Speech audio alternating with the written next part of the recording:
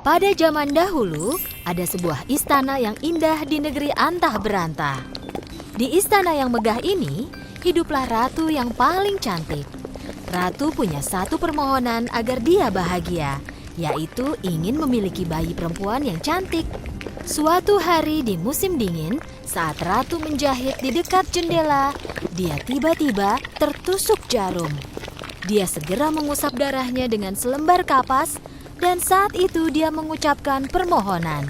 Aku berharap punya bayi perempuan yang kulitnya seputih salju, matanya lebih cerah dari permata paling berkilau, bibir semerah ceri, dan hatinya penuh sukacita.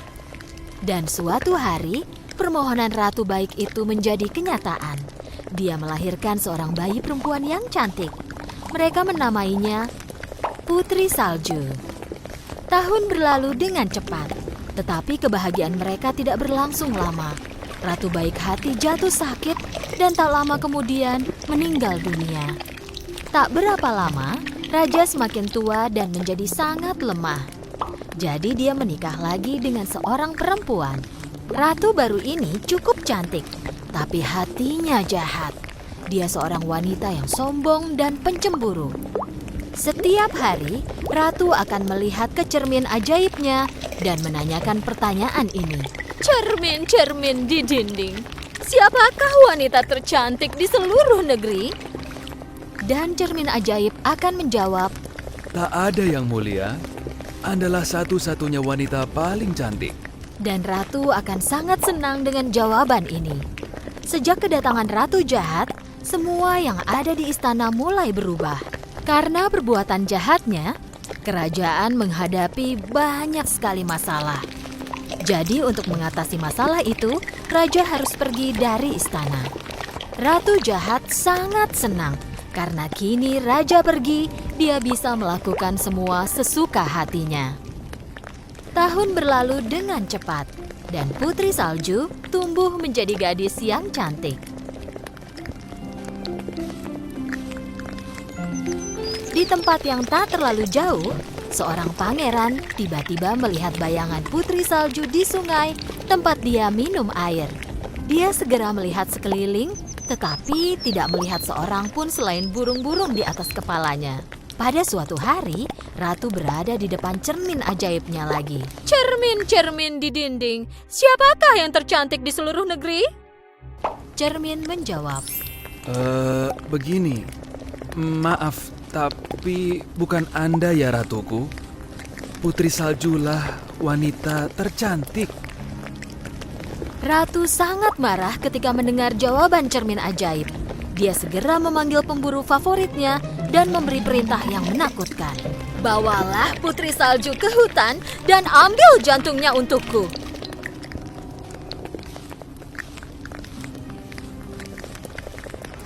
Prajurit membawa Putri Salju ke hadapan ratu. Selamat datang Putri Salju. Kupikir kau bosan di dalam istana. Pergilah cari udara segar di hutan. Jangan khawatir, pemburuku yang terpercaya akan menjagamu. Pemburu membawa Putri Salju ke dalam hutan. Dia harus melakukan apa yang diperintahkan ratu.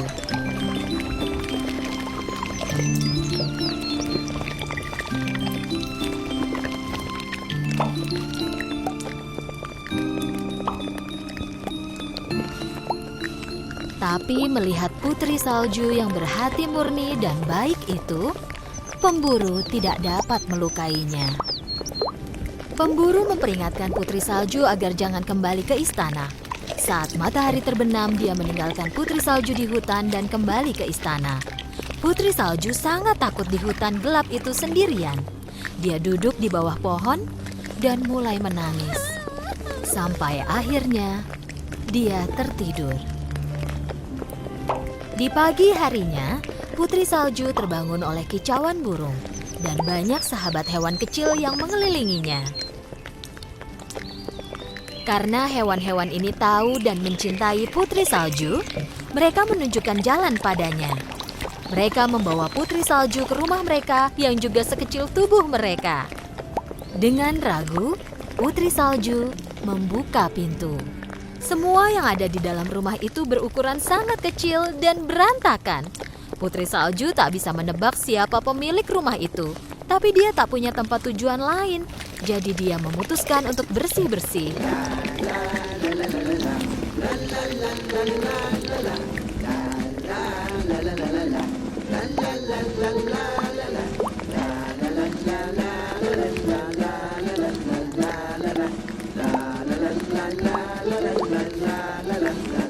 Setelah bersih-bersih rumah dan membuatnya jadi nyaman dan tanpa noda, Putri Salju memasak menggunakan peralatan dapur yang kecil, lalu makan.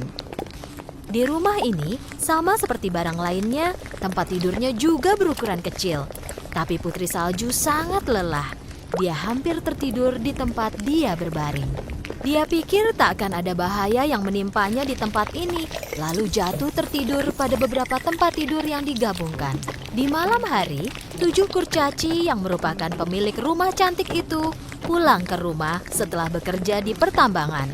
Dan saat masuk, mereka sangat terkejut. Rumah bersih dan tercium aroma makanan lezat. Dopi ingin makan sup, tapi karena kecerobohannya, dia menumpahkannya di lantai. Dok mencoba memikirkan apa yang terjadi. Ada sesuatu yang mencurigakan dengan ini semua. Siapa yang melakukannya? Jika aku bisa tidur, aku yakin aku pasti tahu jawabannya. Kata Selipi sambil menguap. Ketujuh kurcaci pelan-pelan naik ke atas. Saat mereka masuk ke kamar, mereka tak percaya pada apa yang mereka lihat. Di atas tempat tidur mungil mereka, terbaring seorang gadis yang sangat cantik. Mendengar suara-suara, Putri Salju terlonjak ketakutan dari tidurnya dan melihat 14 mata dari 7 kurcaci menatap ke arahnya. Akhirnya, dengan ragu-ragu, dia berkata, "Namaku Putri Salju. Maaf jika mengagetkan kalian. Aku tidak bermaksud jahat." Ya, kami yakin itu. Jika tidak, kau tak akan membersihkan rumah dan memasak untuk kami. Jawab Dok, lalu memperkenalkan diri mereka. Kami ini 7 kurcaci. Ini Happy, Grumpy, Dopi, Sneezy, Bestful, dan aku, Duck. Dan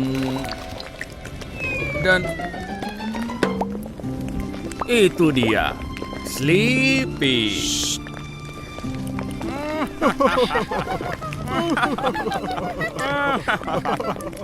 Putri Salju senang sekali karena punya 7 orang teman lagi yang menyenangkan.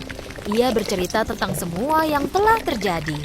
Ketujuh kurcaci sangat sedih mendengar semuanya. Mereka meminta Putri Salju tinggal bersama mereka. Putri Salju setuju dan selalu membantu. Mereka mulai hidup bahagia dan damai. Tapi kebahagiaan mereka tak berlangsung lama. Suatu hari, Ratu menanyakan pertanyaan yang sama ke cermin ajaibnya. "Cermin-cermin di dinding, siapakah wanita tercantik di seluruh negeri?" Jawaban cermin masih sama. Begini, maafkan aku, tapi bukan Anda yang mulia. Putri Salju, dialah yang tercantik dari semuanya. Tapi Ratu pikir Putri Salju sudah meninggal. Ratu sadar bahwa jantung yang pemburu bawakan sebenarnya jantung rusa dan memutuskan untuk melakukannya sendiri kali ini. Pagi hari yang menyenangkan di rumah 7 kurcaci. Putri Salju mengantar kurcaci bekerja dengan ciuman di pipi mereka. Dok mengulangi peringatannya seperti biasa. Jangan lupa aturan kita. Jika ada orang asing mengetuk pintu saat kami tidak di rumah, jangan dijawab. Baiklah Dok, tapi kalian jangan terlambat pulang ya. Saat Putri Salju menyiapkan makan malam, terdengar ketukan di pintu. Dia tak mengira kurcaci akan pulang jam segini. Siapa itu? Dok, apa itu kalian? Dari luar terdengar suara wanita tua. Aku tak bermaksud jahat, Nak. Tolong buka pintunya. Melalui lubang pintu, Putri Salju melihat wanita tua malang di luar yang dia pikir tak mungkin menyakitinya. Jadi dibukanya lah pintu. Oh, gadis cantik. Aku ini wanita tua yang kebetulan lewat. Jika kau berikan semangkuk sup, aku akan sangat berterima kasih.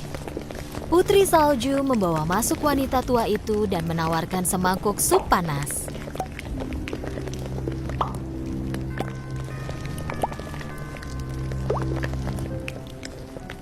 Terima kasih, sayang. Aku tak punya uang, tapi punya apel merah cerah paling lezat untukmu. Satu gigitan akan terasa seperti surga. Putri Salju menggigit apel itu karena penasaran. Dan setelah digigitnya, dia pingsan dan jatuh di lantai. Wanita tua itu tak lain adalah ratu jahat yang menyamar. Dan apel itu bukanlah apel surga, tapi apel beracun. Bahkan satu gigitan cukup untuk membuat Putri Salju tertidur, yang membuatnya tidak pernah bisa bangun lagi.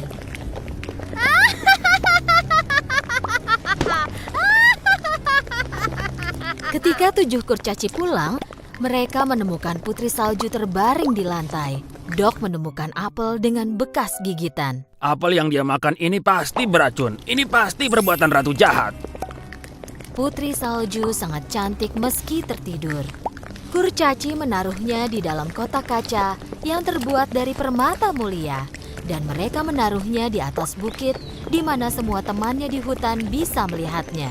Suatu hari pangeran datang ke hutan itu tempat Putri Salju tertidur. Teman-teman Putri Salju menunjukkan jalan dan membawa pangeran ke kotak kaca tempat Putri Salju tertidur.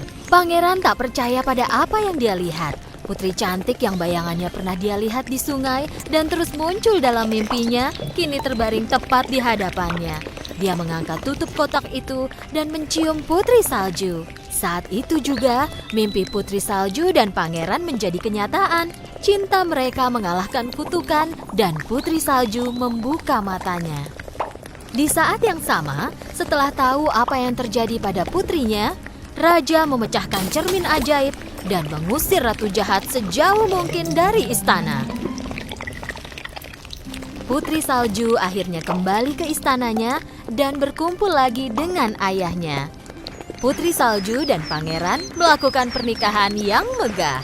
Raja, Putri Salju, pangeran, dan 7 kurcaci, mereka semua hidup bahagia selamanya.